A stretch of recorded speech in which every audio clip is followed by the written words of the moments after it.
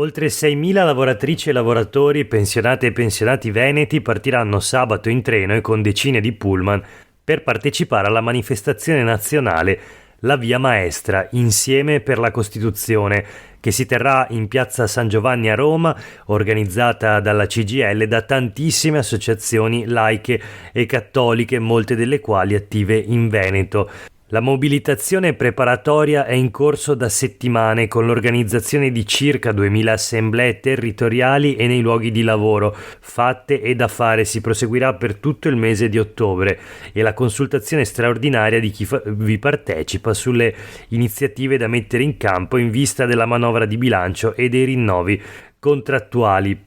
L'obiettivo, dichiara Tiziana Basso, segretaria generale della CGIL del Veneto, è favorire la partecipazione democratica e la mobilitazione di tante persone che vivono sulla propria pelle una crisi sociale sempre più pesante.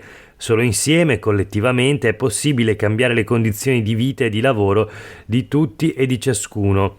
I toni trionfalistici con cui il governo nei mesi scorsi ha descritto la situazione economica del paese sono stati clamorosamente smentiti dai numeri dell'Istat sul PIL nazionale, sceso nel secondo trimestre dello 0,4%.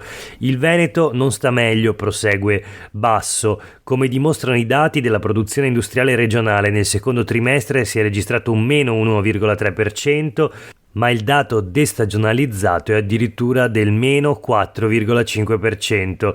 A questo va aggiunta l'inflazione che, pur in discesa, continua ad essere troppo alta a partire dal carrello della spesa. Inoltre, il welfare, già non in grado di curare le ferite del nostro tempo, rischia di essere ulteriormente indebolito da una politica di tagli e di definanziamenti che colpiscono soprattutto la sanità pubblica e la scuola. Stessa sorte per il welfare territoriale, le rette per le case di riposo aumentano fino a 2.160 euro all'anno e andrà anche peggio se la regione non metterà risorse. Il governo ha poi azzerato il fondo di sostegno agli affitti e la giunta veneta si è limitata a comunicare burocraticamente ai comuni che non ci sono più soldi per aiutare tante famiglie in enorme difficoltà. Questo è Sveglia Veneto, il primo podcast dedicato all'informazione vista da nord-est.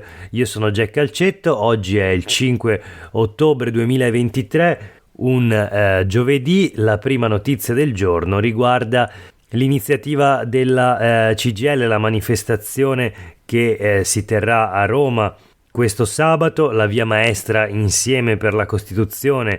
Questo lo slogan, 6.000 veneti attesi alla manifestazione nazionale di sabato a Roma. La notizia sui quotidiani del gruppo Gedi di oggi. Ma noi proseguiamo la rassegna stampa, nella quale si parla naturalmente in modo molto diffuso della tragedia di Mestre, la strage di Marghera, come anche viene definita. Tutti i quotidiani di oggi ne parlano. Partiamo dal Gazzettino. L'inferno in 34 secondi. Nel video i 4 buchi neri della strage, dal malore dell'autista al guasto, e il guardrail finisce sotto accusa. Il ruolo delle batterie al litio, inchiesta per omicidio stradale. L'indagine sull'incidente del bus navetta caduto dal cavalcavia superiore tra Mestre e Marghera. Cos'è successo al conducente trevigiano? Perché ha perso il controllo del veicolo? Queste le domande ancora senza risposta. Sono già stati interrogati nel frattempo i primi feriti, nessun colpo sulla fiancata sinistra ma un progressivo spostamento a destra, sigilli nel frattempo a tutta l'area coinvolta, sia la barriera che il parapetto in ferro e il terreno. Non c'è stato alcun impatto con altri mezzi, sembrerebbe quindi. Le prime analisi delle immagini farebbero emergere che il veicolo affiancato prima della caduta, che è stato controllato, non ha tracce. Il conducente ha dato immediatamente l'allarme e ha gettato un estintore. Quindi non ci sarebbe stato alcun impatto con altri mezzi. Secondo la procura non c'è nessun segno di urto sull'autobus, sull'altro veicolo che dal video si vede affiancare l'autobus, che poi cade sfondando il guardrail. Stiamo comunque approfondendo gli accertamenti, dice la procura. Nel frattempo leggiamo sul Corriere del Veneto: sequestrati il bus e il guardrail, in un video si vede la sbandata fatale, la tragedia di Mestre. Anche qui il titolo sulle pagine del Corriere del Veneto, in primo piano a pagina 2, la vicenda. Martedì sera, poco dopo le 19:30, un autobus della società La Linea, in servizio di navetta tra Piazzale Roma e il camping Hu di Marghera, è precipitato dal cavalcavia tra Mestre e Marghera, prendendo fuoco. Nello schianto sono morte 21 persone, tra cui il conducente Alberto Rizzotto, di 40 anni, residente nel Trevigiano. Le vittime: si tratta di 9 turisti ucraini, 4 rumeni, 3 tedeschi, un croato, 2 portoghesi e un sudafricano. Altri 15 tra uomini, donne e bambini sono rimasti feriti.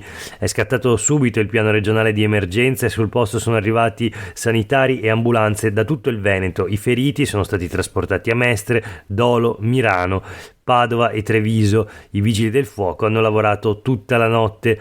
Il sindaco di Venezia Luigi Brugnaro ha dichiarato il lutto cittadino, la procura indaga sulle cause, un tratto di 50 metri di guardrail è stato sequestrato.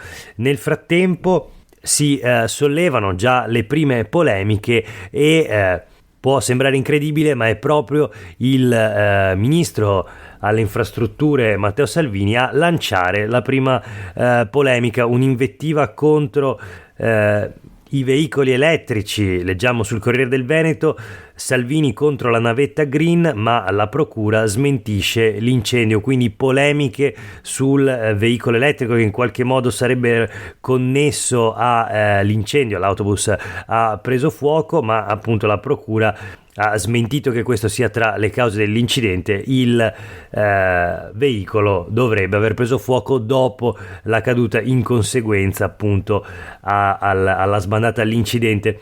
Leggiamo ancora sul Corriere del Veneto: il mezzo si è appoggiato al nastro d'acciaio fino a un buco, lì è precipitato, a bordo era tutto tranquillo.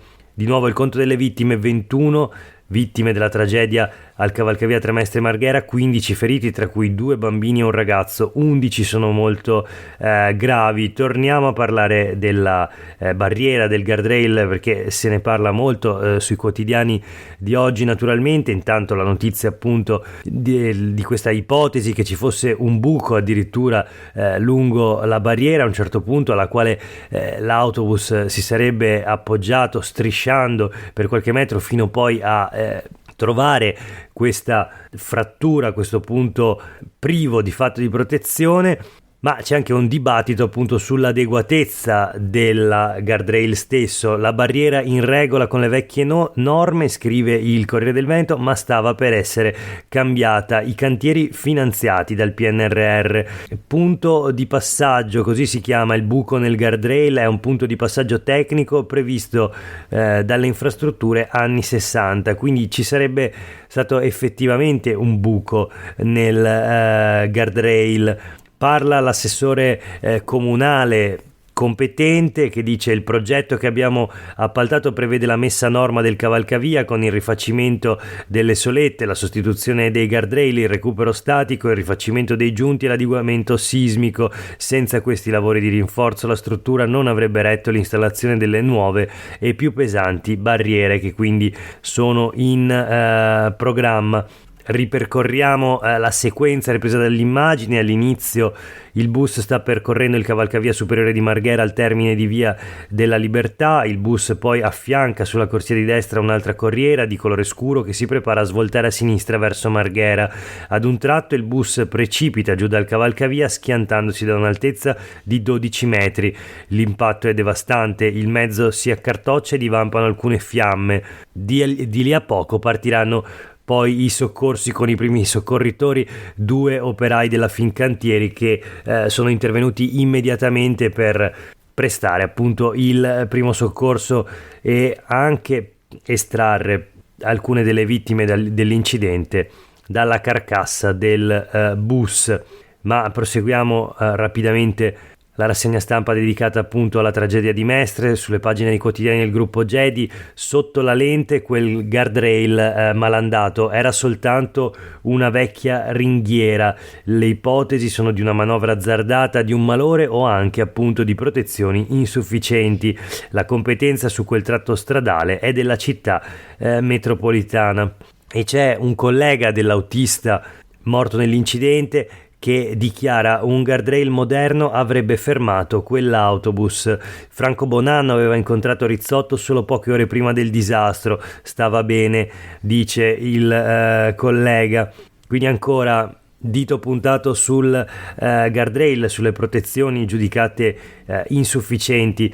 E poi torniamo, perché ci tornano i quotidiani del gruppo Gedi, sulla polemica forse fuori luogo lanciata dal ministro delle infrastrutture Matteo Salvini, che decide di assolvere subito il guardrail. Dice già nella mattinata di ieri il guardrail non c'entra, e invece punta il dito sui mezzi elettrici. Allora c'è la risposta a Matteo Salvini da parte del professore universitario Vito Di Noto, docente all'Università di Padova, esperto di processi elettrochimici. Dice: non demonizziamo i trasporti elettrici, sono due le questioni aperte, le batterie e il peso complessivo.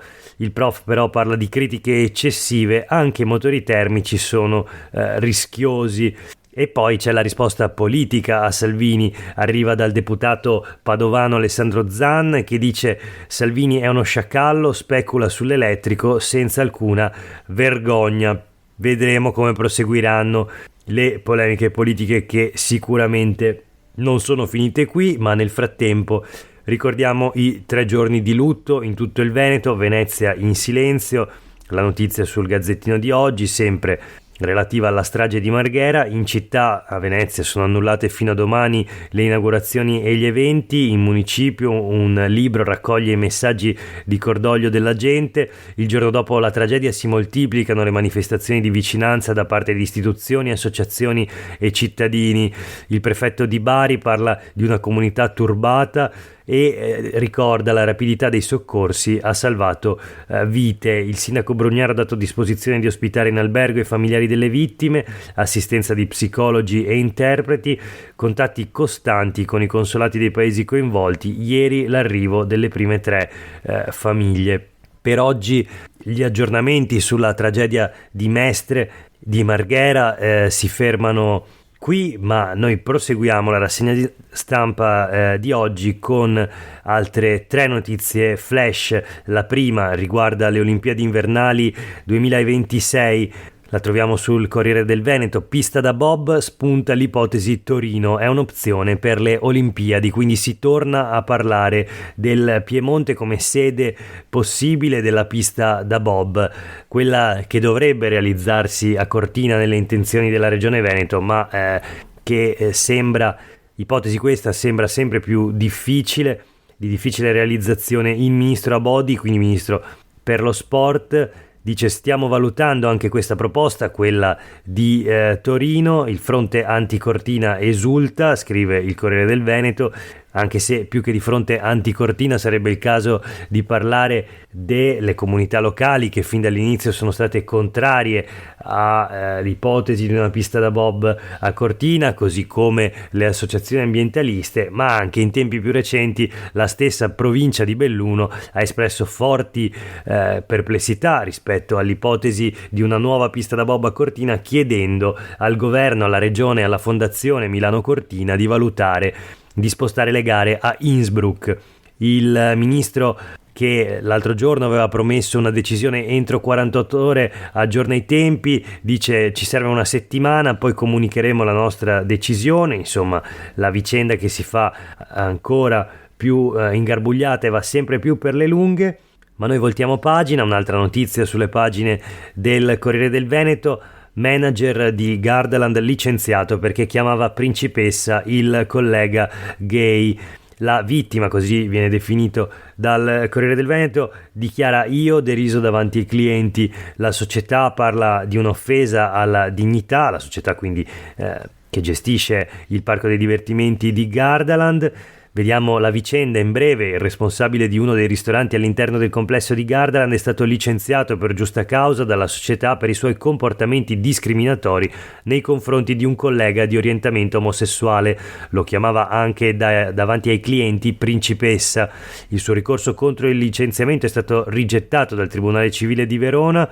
C'è quindi una doppia sentenza: il giudice del lavoro dà ragione al parco, un cameriere invece viene condannato per falsa testimonianza.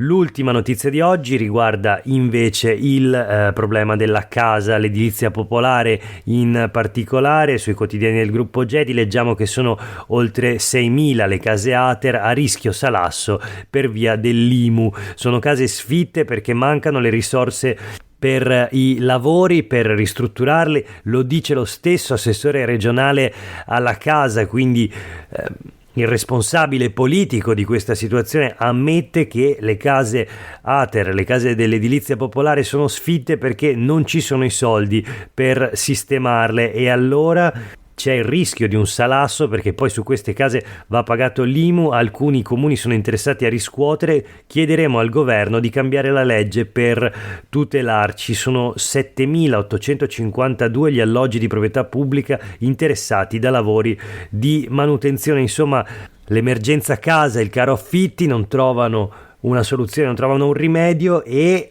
in questa vicenda l'iniziativa che prende la Regione del Veneto non è quella di investire nuove risorse per ripristinare, restaurare questi alloggi, rimetterli a disposizione dei cittadini che ne fanno richiesta, quindi mettere di fatto nuove case nel mercato, seppur pubblico.